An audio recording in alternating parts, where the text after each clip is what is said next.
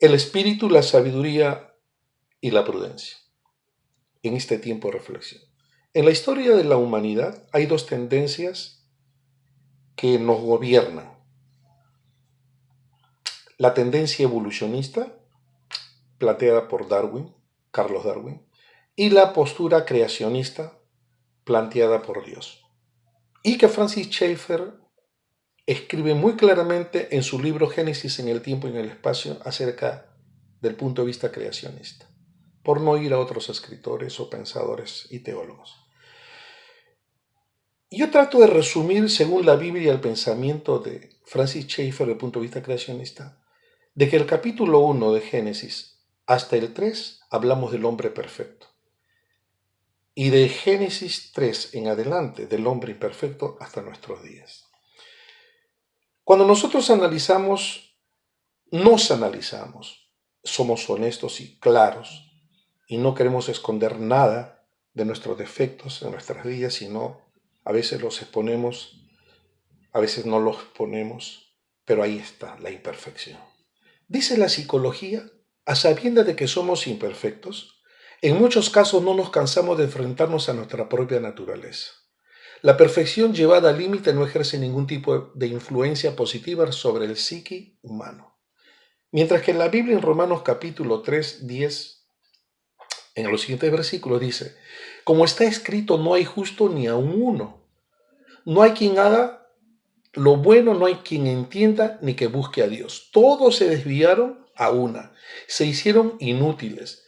No hay quien haga lo bueno, no hay ni siquiera uno. Declaración de Dios a través de este hombre llamado Pablo.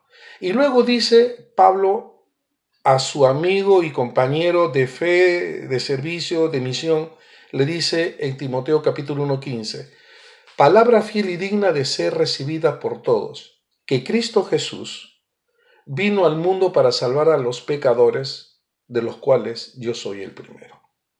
Hablando de lo perfecto e imperfecto, lo perfecto en Génesis 1 al 3, es una historia de perfección de la creación de Dios. Del 3 en adelante es la imperfección del hombre. Acá ya Dios observa y mira lo que el hombre va a hacer por su propia voluntad, lo que va a hacer por su propia decisión, por lo que va a hacer lo que él quiera. Hasta nuestros días es así. Por eso vamos a hablar de tres cosas importantes en el tema del espíritu, la sabiduría y la prudencia. Vamos primero a entender lo que nos dice la Biblia. Vamos a hacer un poco de teología y de aplicación práctica a nuestras vidas, qué es lo que nos dice la Biblia. En 2 Timoteo capítulo 3, 1 al 5, el apóstol Pablo escribe, pero el Espíritu de Dios, dice claramente que en los postreros tiempos algunos apostatarán de la fe, escuchando espíritus engañadores y a doctrina de demonios.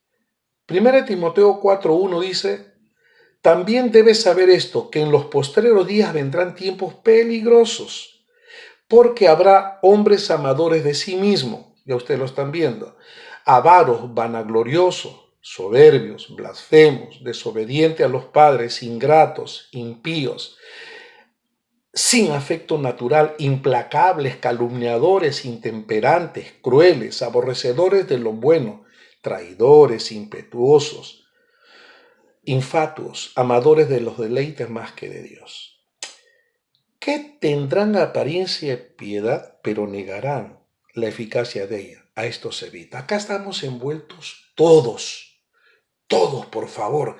No hay nadie que sea excluido de esta lista. Todos estamos ahí. Por la imperfección, después de Génesis 3. ¿Cuál sería nuestra reflexión en este primer punto?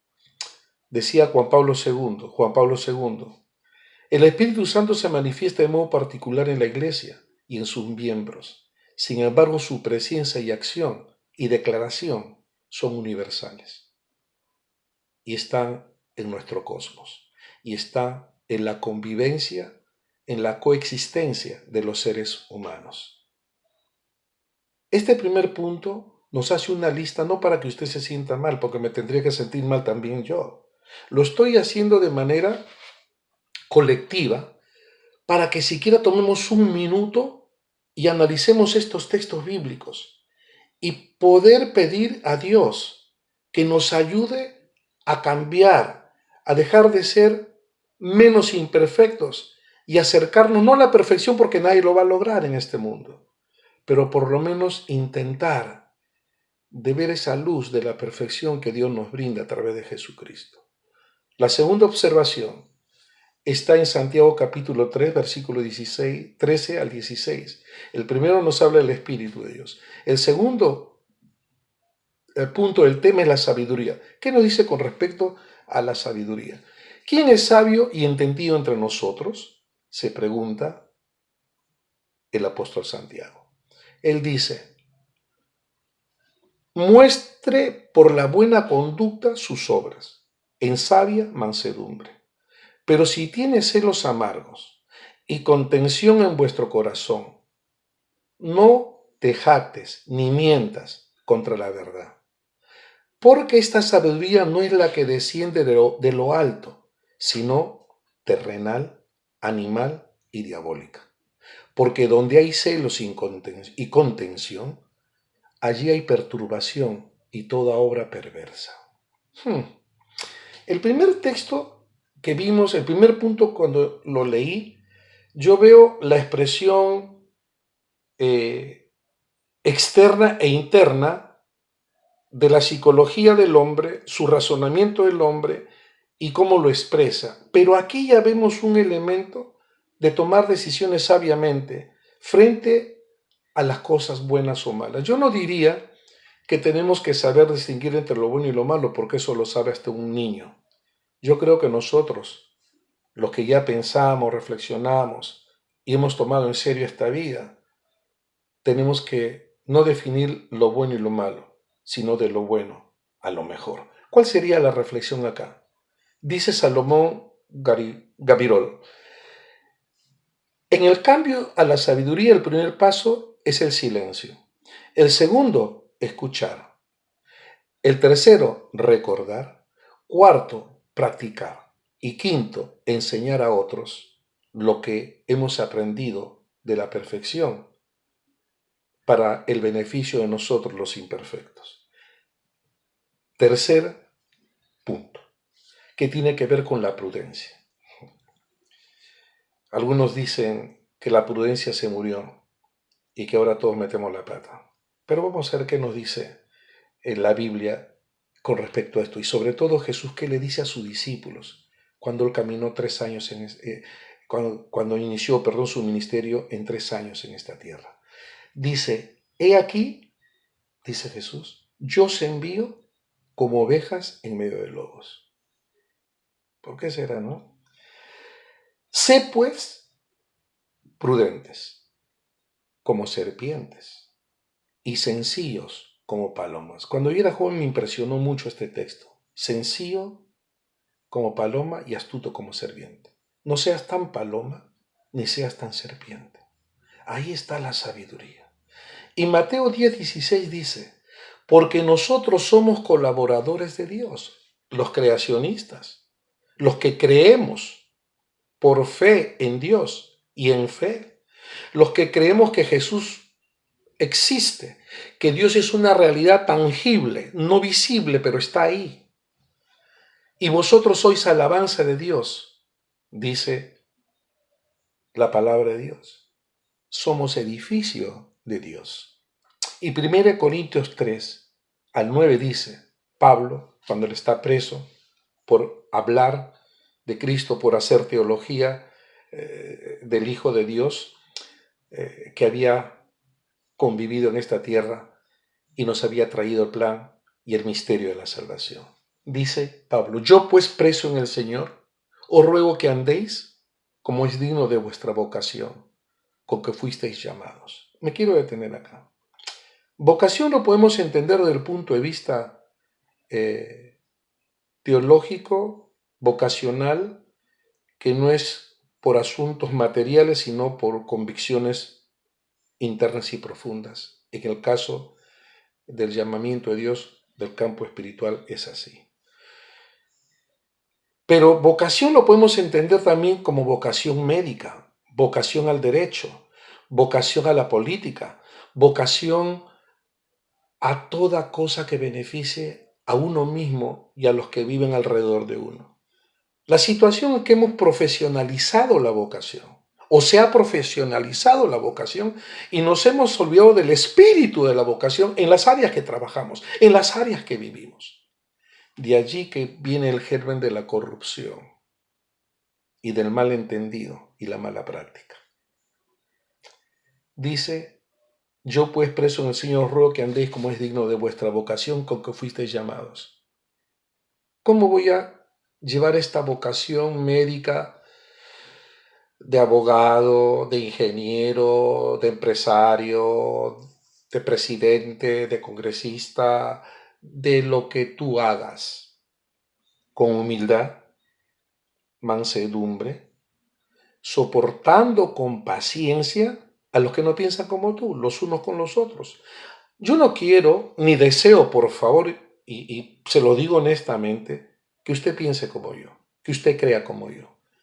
Lo dije ayer y en los días pasados. La intencionalidad de esta vocación es compartir con ustedes algo que he aprendido de la vida, algo que he aprendido de Dios y que seguiré aprendiendo hasta el día que yo me vaya de este mundo. Pero por ahora, que Dios nos dé salud y vida a todos para convivir en un mundo que nos acerque más en serio a Dios, que nos acerque más a la figura de Jesucristo, si realmente reconocemos que somos imperfectos, si realmente queremos acercarnos un poquito al inicio de la luz de la perfección. Dios te ayude, me ayude. Dios nos haga convivir como seres humanos que merecemos el respeto, la dignidad, que merecemos ser escuchados y no pisoteados, que necesitamos convivir. Me guste o no me guste como tú piensas, como eres, tengo que aceptarte como eres para una convivencia mejor como seres humanos. Y aunque no aceptes lo que digo, ni estés de acuerdo, por lo menos escucha. No te cuesta $1 ni un céntimo de la moneda que tú tengas en tu país. Pero termino con esta reflexión, este tercer punto. Dichoso, esto lo dice Proverbios capítulo 3, 13, 14. Dichoso el hombre que ha encontrado la sabiduría, hablando de la sabiduría, y el hombre que alcanza la prudencia, hablando de la prudencia. Más vale su ganancia que la ganancia del dinero o la plata. Su renta es mayor que la del oro. Si tú tienes un buen espíritu, hablando del Espíritu de Dios, si tú tienes sabiduría para definir las cosas y tú eres prudente, callando, escuchando, como dijimos aquí, y que tu práctica sea honesta, vas a encontrar el beneficio de tu conciencia, el beneficio de la paz, el beneficio de estar tranquilo y poder ayudar a los demás como a ti también te ayudaron. Cuídate, piensa. Y no te he hablado esto como que soy el mejor.